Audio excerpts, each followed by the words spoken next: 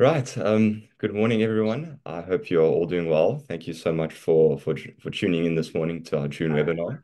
I honestly can't believe how quick the year is going. It's really crazy. But just a few marketing announcements before we start. Please note that this webinar is being recorded and will be published on our YouTube channel and website. So if you can like and subscribe, that will really mean a lot to us. And then you can also ensure that you keep up to date with us every time something's posted on YouTube. And then also, if you haven't already signed up to our newsletter, please do that. I'll add all the links below in the chat. Then WIST is also hosting a webinar after this, I believe, at 11 a.m. on trustee and arrear levy lifelines.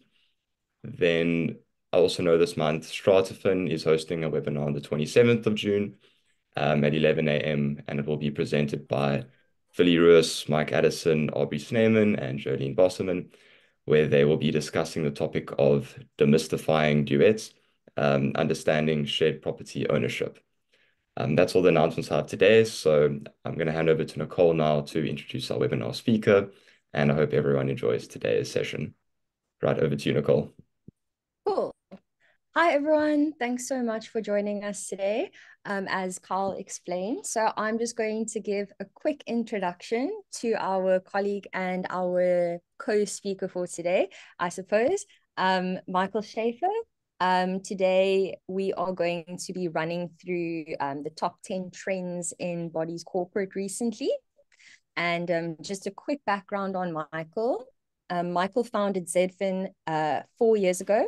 If those of you who don't know, we share a birthday with ZDFin. After an 18-year career as an executive director of a large national management agent. Just a reminder, if you have some background noise, please to mute yourself, sorry. So Michael founded ZDFin 4 years ago. For those of you who don't know, we share a birthday month with ZDFin. So June, our birthday month, we both just recently had our birthdays. And he founded ZDFin after an 18-year career as executive director of a large national agent. And since its inception, ZDFin has grown exponentially in terms of both its financial product offerings and executive managing agent capability, leveraging off both his and the team's in the trenches property management experience, unrivaled by any of their competitors. Michael's passion and enthusiasm for the industry is well known, and he brings a refreshing perspective to the industry as we know it. Cool, Michael. The enthusiasm is starting to wane, Nicole. Yeah, I completely understand. But yeah, so as I mentioned, thank you so much for joining us today. And we're just going to chat about the top 10 trends that at least we found, or in our experience, is popping up in bodies corporate as of late. I thought a good way to do it would be if you wanted to start us off with one, and then I could do one and we could bounce it off like that. Would that be cool? That's cool. You start, I'll follow. Oh, okay, cool. No problem at all. You're the first twin. I'm the second twin. Okay, awesome. All right. So the first thing that I want to discuss is I don't know how many of you are one day only shoppers, but I am. And recently, I think it was on Monday or Tuesday, I saw that they were bringing back the load shedding deals. So I'm not sure. I've heard a lot of whispers. Sorry. I've heard a lot of whispers from a lot of people saying now that it's post-election, load shedding is back. And I'm not sure about other people, but I would say the last touch wood, last few months, 3 months, I think, at least in Cape Town, of no load shedding might be coming to an end soon. So I think the uptake of solar and looking at other alternative energy options is going to maybe be on the rise again soon. So I wanted to, again, just bring up the importance of installing solar in your body corporate. First, it's not always the most suitable solution for everybody corporate. Super important to always do, almost said an environmental impact assessment, but the relevant assessment to see if your body corporate's roof and location would be suitable for solar panel installation and things of that nature.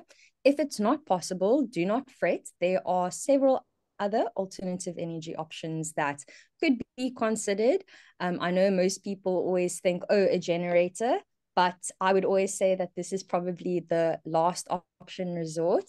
I'd say almost all of the complaints that I get or that TVDM gets in respect of alternative energy apparatus or equipment is in respect to generators. If it's not the noise, it's the fumes, it's the smells. So try and stay away from that. And in my experience, I would say something that is a lot more popular over solar is inverters in every individual unit in a body corporate. Not necessarily something that everyone can afford, but if an occupier or an owner has the funds and is able to put in an inverter, it's definitely something that should be considered. However, if it is one of those inverters that are connecting to the unit's DB, always make sure that you are using the relevant qualified electrician or person who does inverter installations. I'm assuming it's an electrician though. And yes, always make sure you receive the relevant COC from the installer. So I think that's my first trend, unfortunately, is that I think load shedding might be on the return.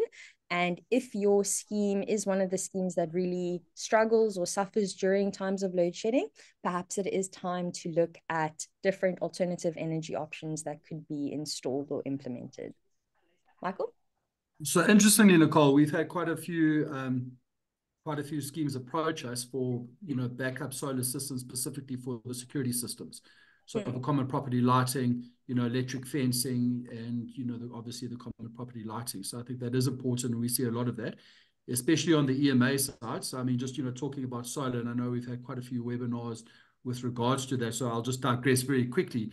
But just on our EMA sort of portfolio, solar is always raised. And, we kind of go through a standard sort of procedure with solar, where we get 3 sort of trusted or non-crooked, let's put it that way, solar providers to come in to do a holistic solution to the scheme. And what we invariably find is that there's a lot of owner pushback because the costs are obviously that much bigger, and owners have a tendency of dividing by 1 and not X. So we get that pushback. And, in every instant, quite frankly, we've rather than reverted to a mechanism to allow owners to install the individual systems, which then can be scoped, to their exact sort of preferences. So we ourselves have never seen a holistic sort of installation. And, I'd be interested just to, see the approval processes and putting them in, whether they're done sort of like correctly or not, because, just in our experience, there's been a lot of pushback. With the costs and so on and so forth. So yeah, that's just on the EMA side. So yeah, I think that maybe one of the trends that I wanted to sort of raise is probably still our fastest growing capability, and that's on the executive managing agent side. And we're probably getting about 8 queries a week, and yeah, it certainly hasn't sort of slowed down. And typically, more recently, with more sort of delinquent, sort of distressed schemes that are coming across. And, it's heartbreaking. We had a scheme last week, 600 units, just completely mismanaged, 60 days with no electricity. And, it's heartbreaking to see what, the members, they're not completely blameless. There's always a high amount of sort of apathy where owners haven't got involved, haven't taken an interest. But we know that's sort of quite innocent, and most of us have all suffered through AGMs and whatnot. So, there wouldn't be my preference for a Thursday evening, but I can understand why they don't attend. But you actually have to attend. But what we're seeing is really poor management by managing agents, and managing agents that aren't standing up to trustees and owners, and agreeing budgets of deficit. This scheme in particular wanted to propose a budget with a 4 million rand deficit, which is like crazy. I mean, I've never seen anything like it. So, in this instance, it was actually they were considering the appointments of ourselves as the executive managing agent. And, we, instead of the AGM, well, we had the AGM obviously, but we didn't go through the full agenda item. We said we must rather look at the appointments of EMA or board of trustees. And what sort of exacerbated the whole thing was just sort of logistically, the new managing agent, who's only just been appointed, wasn't prepared for an on-site meeting with a quorum of 196 people, all 196 people that basically pitched up. I think we had 240 in the end. Took us 2.5 hours to sign in. Jolene Wasserman was the independent chair in that instant. And I said to Jolene, we need to just start the meeting. And now we've got a budget meeting next week, which is what we're currently sort of working on now. But just the mismanagement is terrible. There's not an illegal loan, but there's certainly a loan that is in place with one of the industry providers, where the trustees at the time utilized the funds for basically a vanity project with no proper approvals from owners. And, unfortunately, there's no watchdog and there's no now sort of limited recourse against those trustees. And now it's, left up to us to try and navigate out of the proverbial sort of financial quagmire, sort of, so to speak. So we're getting a lot of those queries now. And with this, I mean, I've been to the scheme now. Obviously a huge sort of maintenance backlog as well that we're going to need to sort of confront, where, funds for a fancy security system would have been far better utilized on basic sort of like maintenance. So, it's almost in this instant, the previous managing agent, it was the blind leading the blind. I've got no idea. All they're doing was taking the management fee. And I think, as an industry, all of us managing agents need to just sort of, we need to do the right thing. I think it sort of reflects badly on all of us, allowing this degree of mismanagement and, literally, 600 units. So we probably got, well over 1,000, 2,000 people, who have been sort of directly sort of impacted. So we're seeing a lot of that. And yeah, we'll go on to the next one. But I think certainly the trend is the approach of distress sort of bodies corporate, just a desperate need of, sort of professional management and happy to pay for it. Although, when I look at our fees, I sometimes think we're running a charity. But anyway, that's why we're busy. Back to you, Nicole. Exactly. Yeah, I know what it's like, especially in those the worst is when it's a badly mismanaged scheme or a mismanaged scheme, and then there's a lot of owner apathy because it's almost impossible to get things done, even when you try to get on board and assist and help the scheme out. Owners, I don't know if it's, they don't actually know the true position of the scheme, or not their top priority or something like that. But I find the owner apathy schemes are almost impossible to navigate through. But like you said, I think the nothing ones like 60 days. Nothing like 60 days of no electricity to focus their mind. So yeah, as 240 people that pitched up to that meeting. So, but unfortunately, the damage has been done. So, now exactly. we'll need to try and help them navigate out. Yeah. I think I've never ever heard of so many people attending a meeting. So I think the next point that I want to talk about is online/hybrid meetings. In a post-COVID-19 world, I know it's actually so we still mention that. It seems like so long ago that all of that mask stuff happened. But I think it really showed a lot of community schemes that there is positive and there, is good into hosting online or hybrid meetings.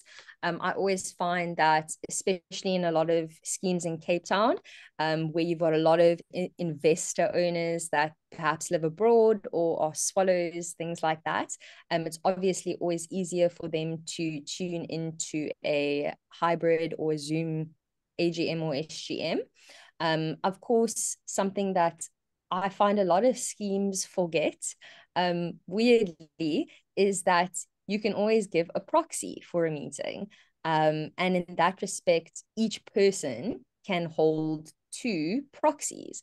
Although I'm not sure if Celinda is on this call, but if she was, we recently discovered the other day something with respect to holding proxies and things of that nature.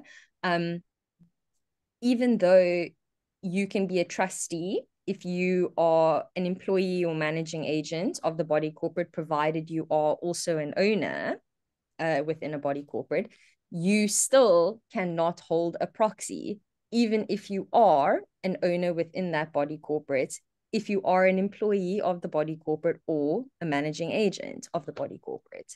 So Linda and I had a super long call about it last week. It was one of those glass shattering ceiling moments.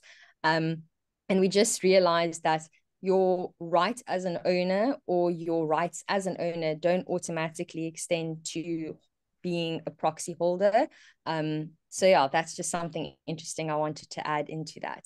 So if a lot of schemes are struggling still with hosting physical meetings and not getting the required quorum, then being forced to hold those reconvened meetings, I strongly I strongly urge you to consider hosting online or hybrid meetings.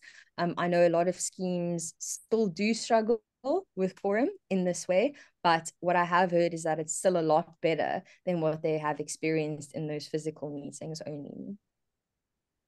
Cool. Back to me. Yeah, back to you. Sorry. I think I should say over. I should say over when I'm done or something. Oh, no. Yeah, something else that we picked up, which is quite interesting, is just we picked up a few schemes that have been affected by fraud of late on the EMA side. And I mean, I've debated with Mike Addison, just they're typically smaller managing agents or even larger managing agents where either the principal or the smaller sort of agent that don't have the dual release functionality. And so, the claims, the fidelity cover are all being rejected. And then it kind of, defeats the very object of having, the cover in the first instance. So, I mean, I think one understands where the insurers are coming from, and I don't think it would be reasonable to expect them to waiver that requirement. But I had a chat to a smaller managing, we deal with probably about 8 or 9 managing agents on our EMA portfolio. Just to reiterate, we won't perform the EMA role without an external third-party managing agent, which in our opinion is best practice. But we are battling with, sort of the smaller managing agents just in terms of the dual release, just from a practical perspective. And, I don't think there's necessarily an unwillingness on their side, but it's just from a practical perspective. This morning I was told, by a managing agent in Johannesburg that it's impossible to have dual release on their standard bank accounts, which I said is impossible.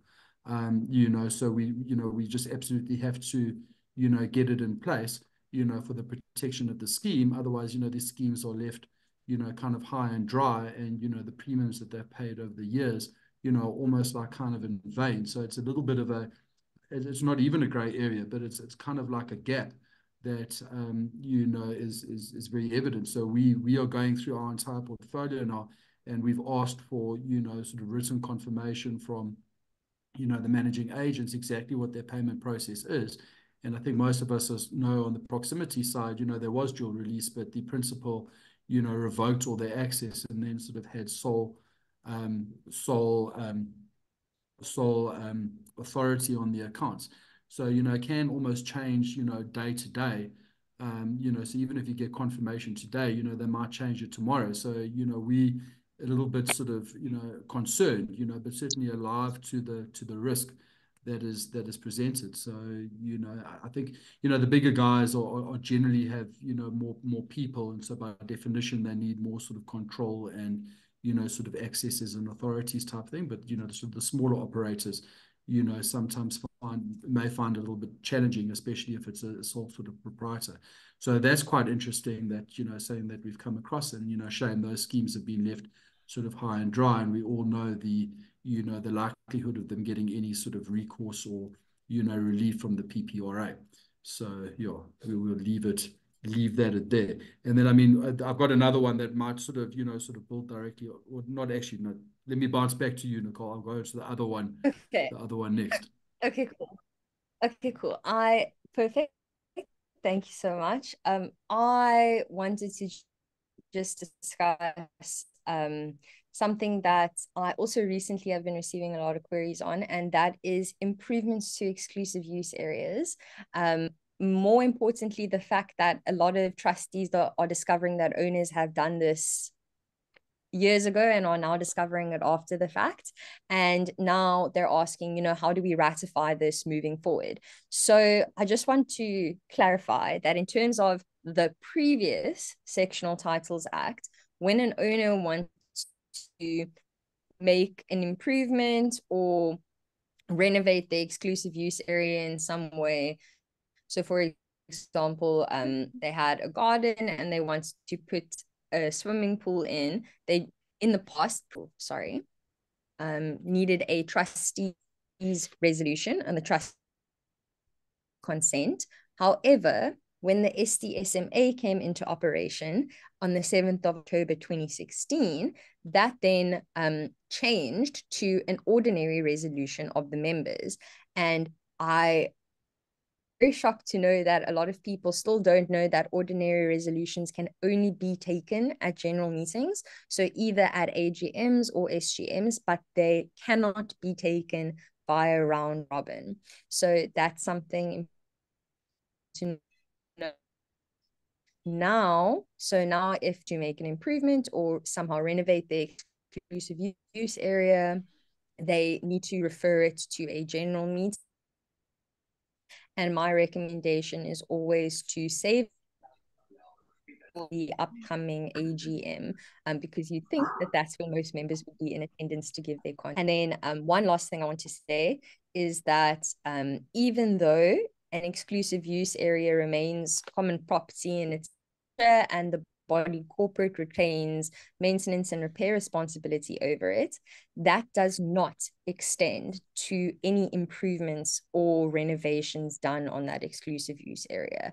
That remains the full responsibility of the owner to undertake as well as to pay for, of course. Back to you, Michael. Okay, cool. Something else that we've come across, quite a bit actually, and some presentations that we've done quite recently is illegal loans. So, it's something that I feel quite strongly about is that, I really am of the opinion that finance used correctly, really does unlock a lot of value, especially on, buildings with large sort of maintenance backlogs. And we get confronted with that on a fairly regular basis. But, with ordinary and, sort of existing financial constraints, it's very difficult to tackle the maintenance, in a responsible sort of efficient way.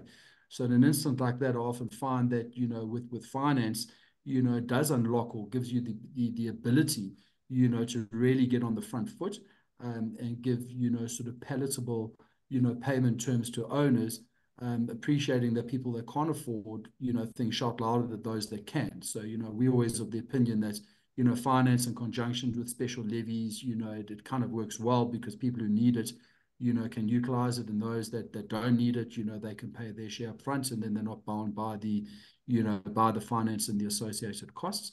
But, these illegal loans that we've seen and, sort of offered by some rogue operators, that then hold schemes to ransom when they, wanting to tender notice.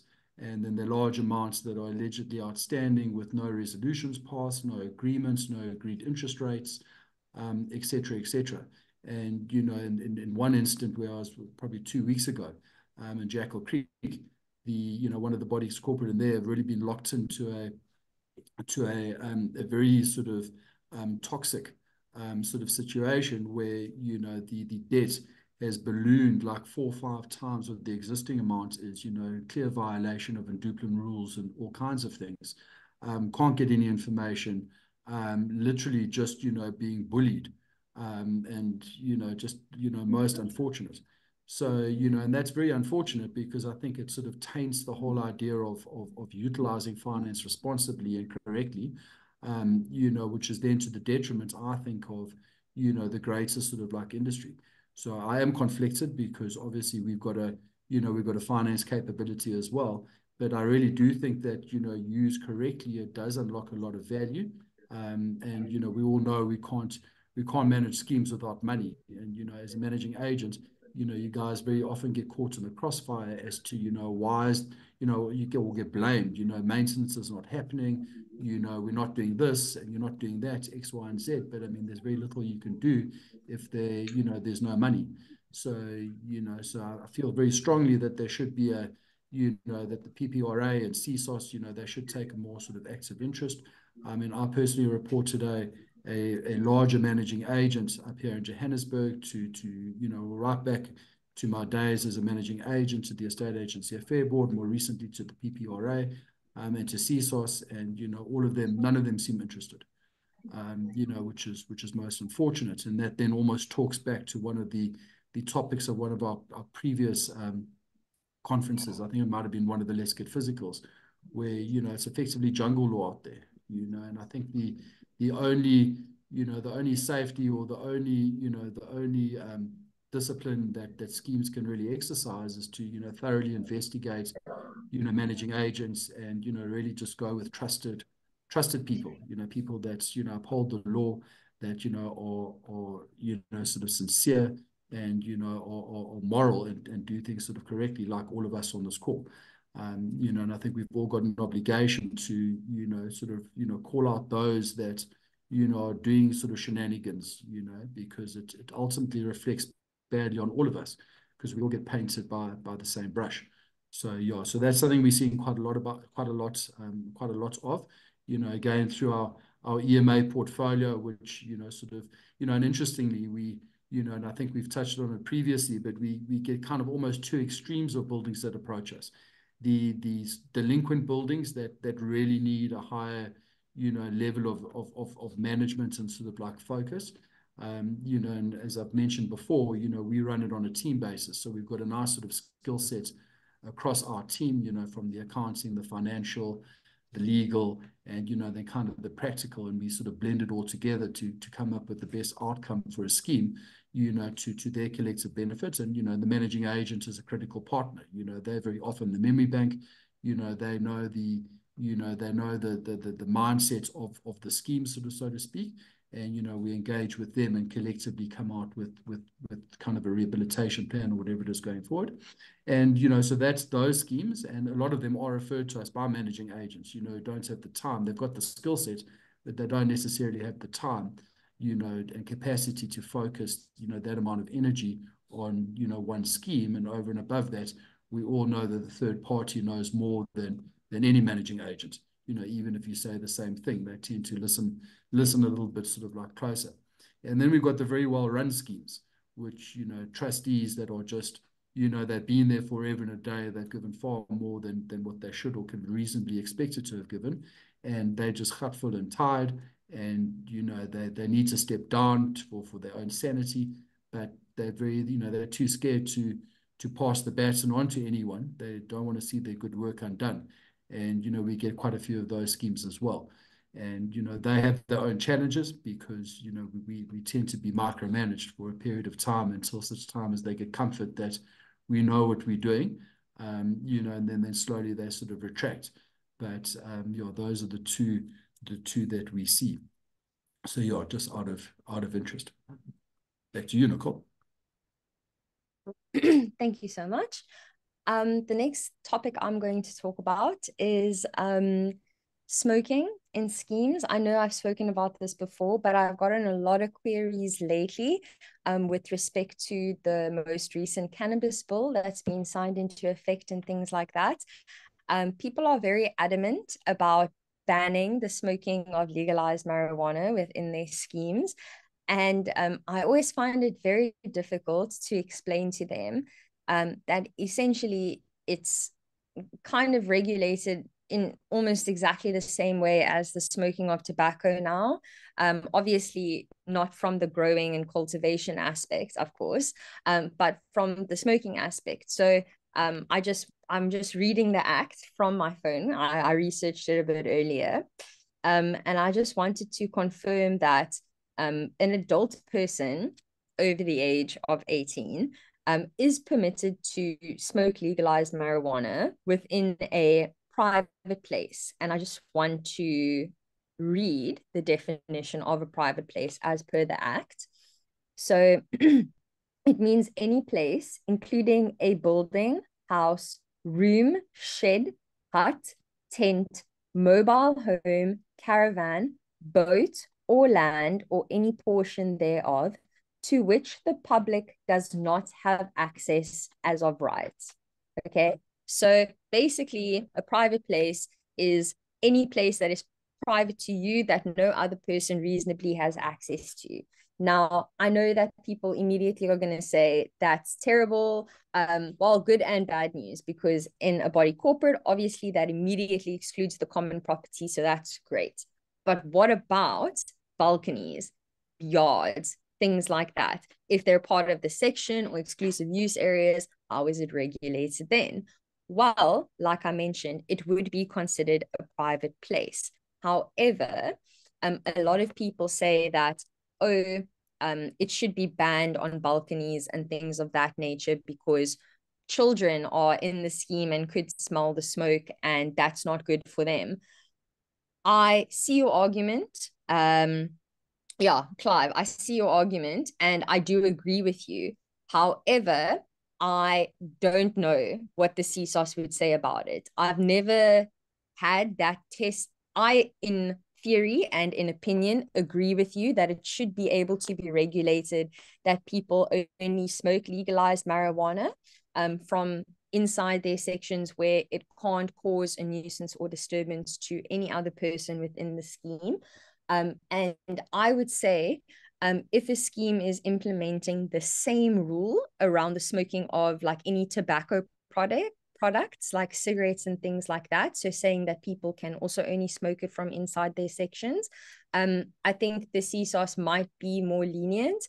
But then again, I have also put that rule in only for cigarettes, and CSOS have rejected it, saying that a person should be able to smoke a cigarette on their balcony, provided it doesn't cause a nuisance to another person. Yeah, I see that that's how Marion Fogel in their scheme also regulates it. They regulate it on a nuisance basis. Um, so yeah, I think that is unfortunately my best advice to bodies corporate, is to regulate it on a nuisance basis, and of course prohibit on the common property and things of that nature. I have not personally seen it challenged at the CSOS, so if anyone has, please feel free to email it to me. But for now, I agree with Marion that it should be regulated on a nuisance and slash disturbance basis, which are very difficult applications to prove at the CSOS, in my experience at least. Over to you, Michael. Cool. I sometimes think we need to all indulge in a bit of cannabis to keep us sane at times. Not that we do, but anyway. Maybe our clients more than us. Yeah, exactly right. Yeah, just to keep them chilled. Yeah. Yeah, sort of maintenance backlogs and, sort of, bordering on liability issues. Quite interesting. We've got, I just, yeah, two schemes, opposite ends of the LSM group, with exactly the same issue and exactly the same owner pushback. So in both instances, the one is a lower LSM group, a slightly larger scheme, but unstable walls, to the point that loss of life is a very real sort of possibility, which has been fairly well known prior to our appointment as EMA. And another scheme, sort of top LSM group, well capitalized, very well educated people, and the same issue. Literally, I think the structural engineers report I read was to the effect that imminent danger of collapse. And in both instances, we've gotten sort of structural engineers out to do the drawings, bill of quantities, cost, propose the remedial works, and we don't think that we have any obligation, but other than to proceed and do the works. And just the toxicity and the pushback from the owners in both instances is exactly the same, which almost defies logic. And the common argument is, well, they've been fine for 20 years. And, we're saying was, well, they're fine until they're not fine. But, you can't ignore, sort of experts' advice. And often, sort of, well, not often, but in both instances, very visible, evidence that, the walls are in danger of collapse. And I'm just finding, and it might be a sign of the economic times, but just the reluctance of owners to do things that are so obvious. And in one instance, a scheme that has the money, and in another instance, a scheme that doesn't really have the money and it needs to be funded by special levy. Which is maybe a little bit more understandable, but in both instances, they're almost like polar opposites with the same issue, and it's exactly, and it's almost like human nature. It's let's not spend, let's just ignore, and let's just kick for touch and sort of do nothing. And I'm sure that a lot of you guys at the coalface, see exactly the same thing. And I think the only benefit with ourselves as, the executive managing agents is that, we are sincere to our financial, or not our financial, sorry, our fiduciary duty to do the right thing. But often that leads to a fair bit of friction. And, we don't try and lock ourselves in. So if they want to call a meeting to, reappoint trustees, that's fine. And as I keep reminding them, we don't carry any indemnification in terms of the Act, like volunteer trustees, although we all know that gross negligence is not covered. But, again, it's one of those grey areas to try and prove, what gross negligence is. But, yeah, we're finding a lot of pushback, to do maintenance and, to do what is right. And, that comes back down to the budgeting. It comes down to the arrears. We're seeing a lot of arrears and, legal systems that are inefficient and slow. CSOS, which is CSOS, let's just leave it at that. So, it's certainly a challenging environment to, try and navigate. But yeah, certainly a lot of pushback across the full sort of spectrum of both financial and sort of, education, which is quite interesting. I suppose it's just, sort of human nature as well as sort of a sign of the times. But it is something that we do battle with, and it's a lot of, we spend a lot of time, sort of going through and sort of, ventilating, discussing with owners, trying to get their buy-in, which is always easier. Where I do believe, quite honestly, we go above and beyond, not wanting to come across as sort of like dictatorial, to say, well, this is what we have to do. And I mean, I think in the, the well-capitalized scheme, I was accused of being fiscally irresponsible by the son of one of the occupants who, hadn't bothered to read the engineer's report. So I suggested that he read the engineer's report and then tell me if he's not worried about his parents. And of course, the tune changed very quickly once they had read the engineer's report. So just interesting. I'm sure you guys find that on a day-to-day basis. But, something that's very real.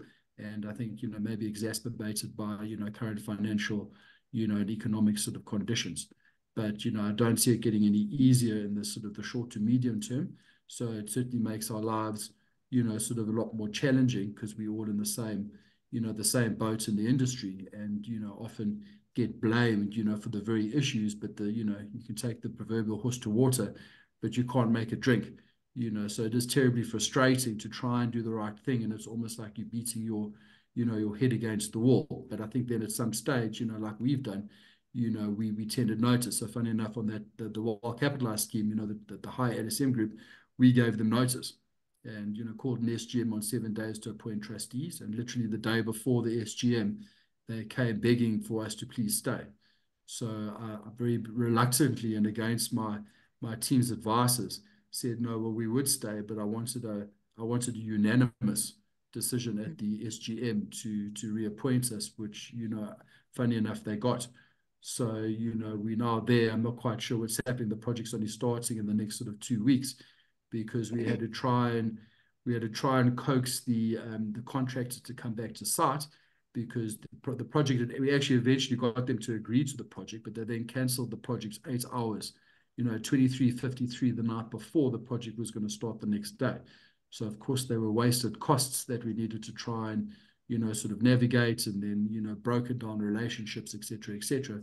But, luckily, I think another, sort of our objectivity in that instance, managed to, get the contractors back on site, the project managers and another structural engineer up here in Johannesburg back to site and then to calm down the, the members. Just to do the right thing in terms of addressing the very real risk that arises or that exists. Yeah. So just another day in the life of a sectional title. Yeah. I think I'm going to go on to my last point now. And I was actually going to talk about something else, but I think I got a direct message on the chat about CSOS, and you brought up CSOS. And I think, the people always love hearing about CSOS. So I just wanted to, a trend that I've been noticing and that a lot of people have been bringing to like our attention at CVDM. It's not anything new, but it is the serious delay in the dispute resolution process, you know, waiting for reference numbers, like the status, where is it in the process? Like, and I don't know about any of you folks on the call, but basically all of my, or the CSOS matters I'm assisting in are all at the awaiting for an adjudicator stage. And I've spoken to so many people at the CSOS about it.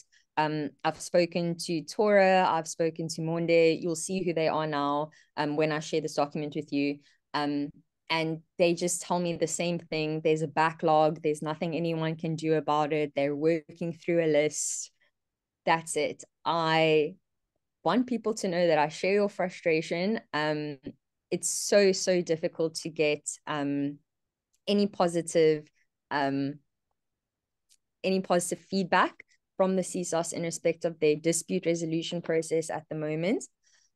But what I have heard is that they have recently completed the training of all their recent intake of new conciliators and new adjudicators, and they are, unfortunately, through a list, allocating and working through the matters. I know it is going to be a process, but I hope that they do get on it and improve soon.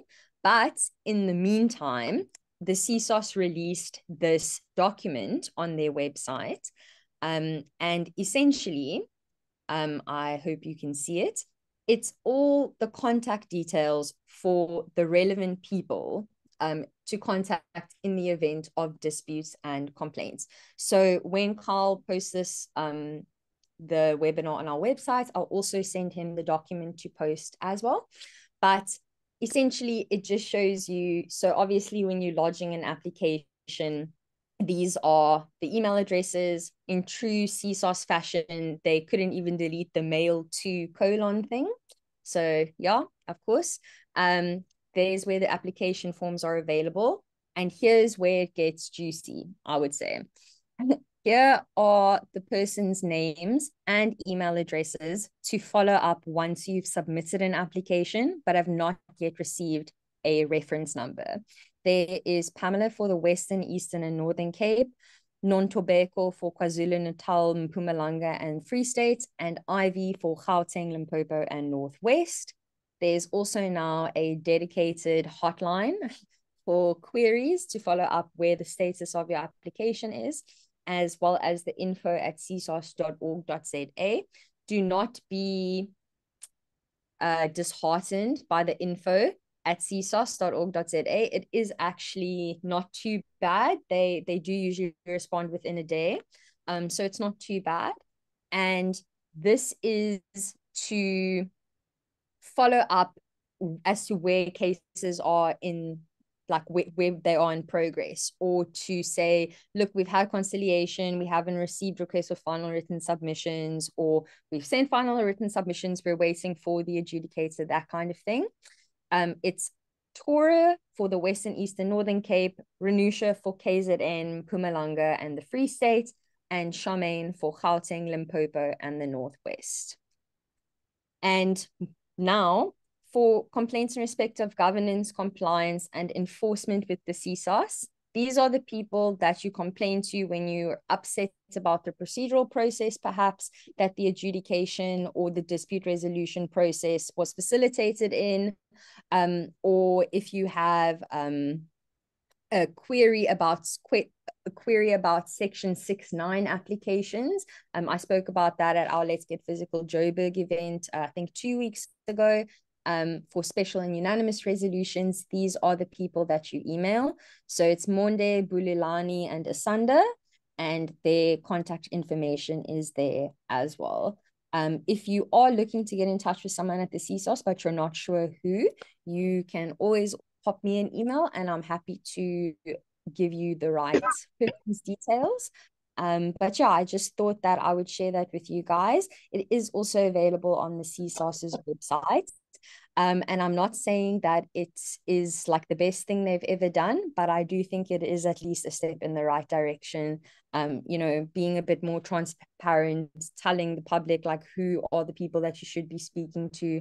I know previously it was just the generic email. So a little bit of hope, but I'm not getting too excited. Back to you, Michael.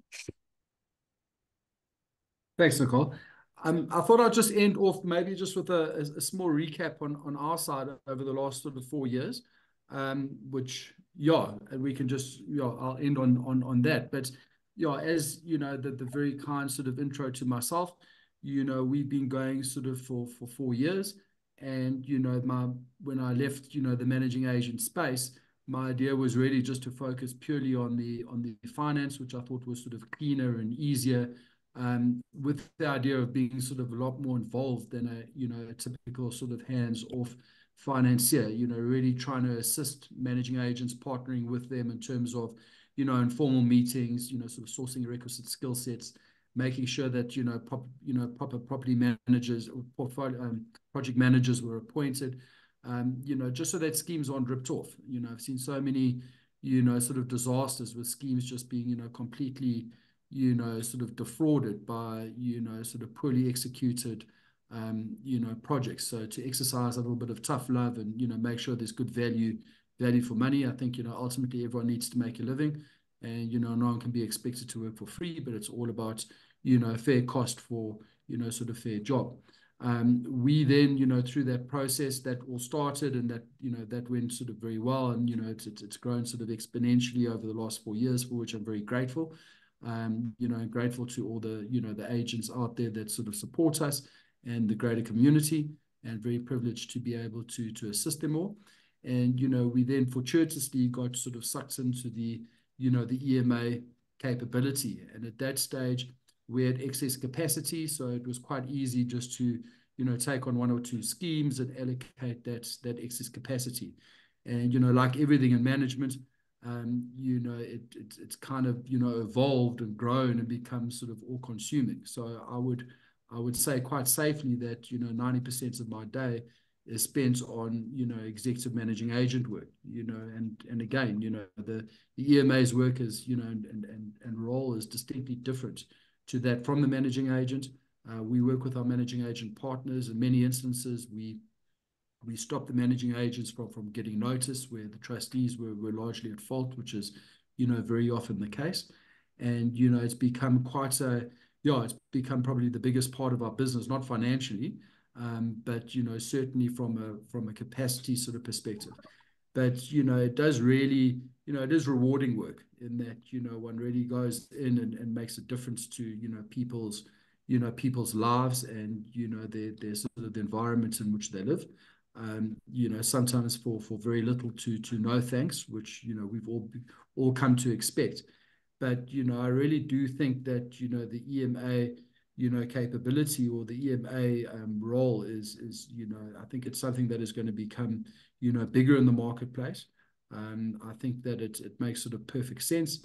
My standard, you know, sort of trillion-rand industry run by, you know, volunteers with no minimum level of education, you know, managed by the managing agent by the cheapest quote, you know, really does sort of ring loud. You know, we're running sort of, you know, billions of rands worth of assets and property, you know, and, you know, we should be remunerated, you know, accordingly. And, you know, the only thing I know is that when it comes to budget meetings, you know, the two things that you guarantee to get pushback on are your management fees and the insurance.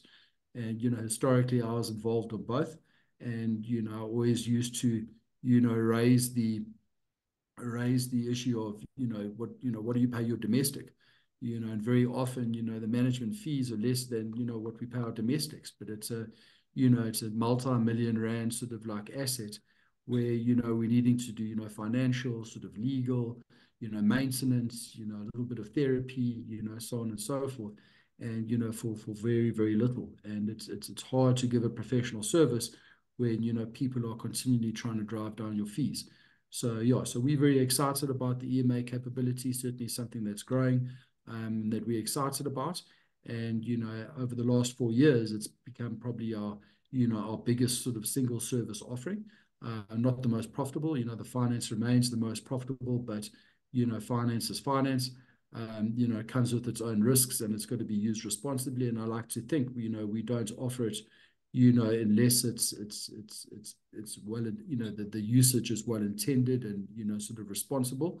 Otherwise, again, it comes back to, give a bad name, which we don't know. But sometimes, schemes don't have an option, but to have a look at that. So yeah, so that's been our 4 years. I think that, we've grown from, I think 4 staff, I think collectively now in this office that I'm sitting, there are probably about 26 of us. So, we're very grateful and very privileged to, have walked this journey with our twin at TVDM, and we thank them for supporting us and, giving us exposure. And, we certainly do refer a fair bit of work back to them, acknowledging that, we think they're the best at what they do. Yeah, so that's our 4 years. And obviously, you guys as managing agents, we like to be able to assist where we can. And yeah, I think that's about it. So thanks for suffering through my little chat. And yeah, here's to the next 40 perhaps. Nicole, I don't know if I've got the stamina for 40, but the next 400. We will see. The next 400, yeah. Exactly. Yeah, it's so crazy. Like I bet it doesn't feel like 4 years. I bet it feels, Nicole and Zelinda always say, like, it feels like yesterday that they opened up TVDM's bank account with 50 Rand. And I think it's so amazing, like how far, because I only joined 3 years ago, so I wasn't there for the start. But I think it's so amazing how far, like, you and ZDFin and CVDM have come, and we are also so grateful to walk this windy, tricky, sometimes death-defying road of community schemes. But I think I speak on your behalf as well when I say we have such amazing colleagues, and those good clients usually make up for those not so good Yeah, they clients. do. So yeah, I think, and it's because people, I know with confidence that you love what you do, and I think that a lot Never of quote me. Never quote me. a lot of it is, you guys have to love what you do, because it's a tough industry. You got to have thick skin, like Michael said. It's a bit of finance, a bit of maintenance, a bit of therapy. It's a bit of everything. Like, and I think that it's also commendable to all of you that have stayed through all of it, through all of the tough times. So yeah, thank you so much to everyone listening to me and Michael go on today. But it's really appreciated that you are here. And I see that there are some questions on the chat quickly. Just want to see. Michael, I think this one's for you. Tony says, pushback on budgets and levies must be countered with what dose of medicine you wish to take. Panado today or go on life support tomorrow. Works wonders. I think that's a really Absolutely. That's a really good a good one to think. And then, if arbitration with outside advocates is done, who carries the cost? The paid and unpaid members of the HOA. I think Cecilia, maybe if you can email me. I'm just gonna also, Carl, if you can just pop all of our details in the chat, my email, Michael's email, our website, Michael's websites. Yeah, and then if anyone has further questions, you can just contact us directly, because then everyone can hop online for the WIST webinar happening next at 11 o'clock. Perfect. Yeah, cool. Let me just thanks, guys. pop your details in, and then we will say bye. But it's cool. Bye, everyone who wants to pop off now. Okay, and then we will see you soon. Thank you so much, guys. Cheers, guys. Thank you very much. Bye. Stay warm, stay safe.